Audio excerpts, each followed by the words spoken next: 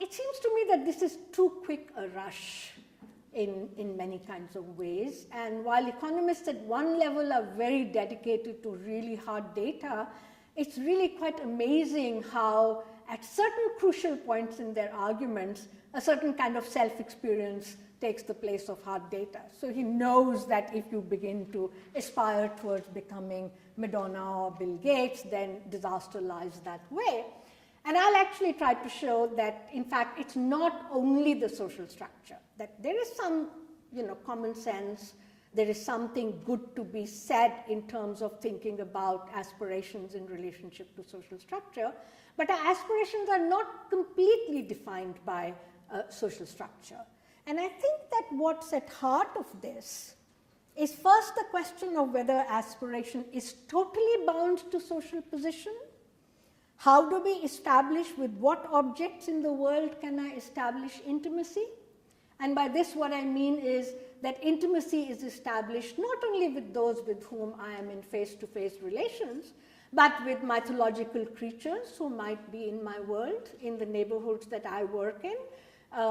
It's not just human beings, but the human beings' neighborhood to all kinds of creatures such as jinns and, gods and goddesses and deities, which actually define their social world. So it's perfectly normal sometimes, or I wouldn't say it's perfectly normal, but it's not unusual to find someone who has a very good jinn friend who happens to be a descendant, of Chiang Kai-shek, for example, right?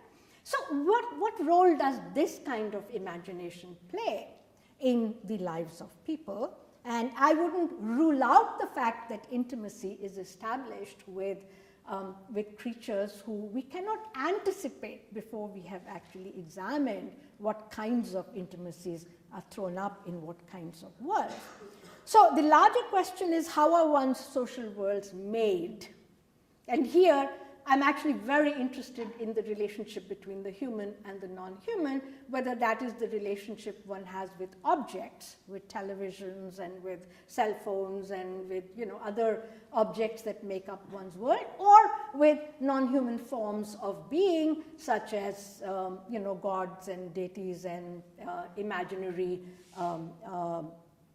or what from the outside look like imaginary creatures, but who actually inhabit these worlds, though they inhabit them in a different kind of being than, let's say, other human beings inhabit these worlds. So in some ways, in thinking about orientations to the future, it seems to me that it might be interesting to make a distinction between that kind of future, often it announces itself as near future, that is in some ways contained in the present.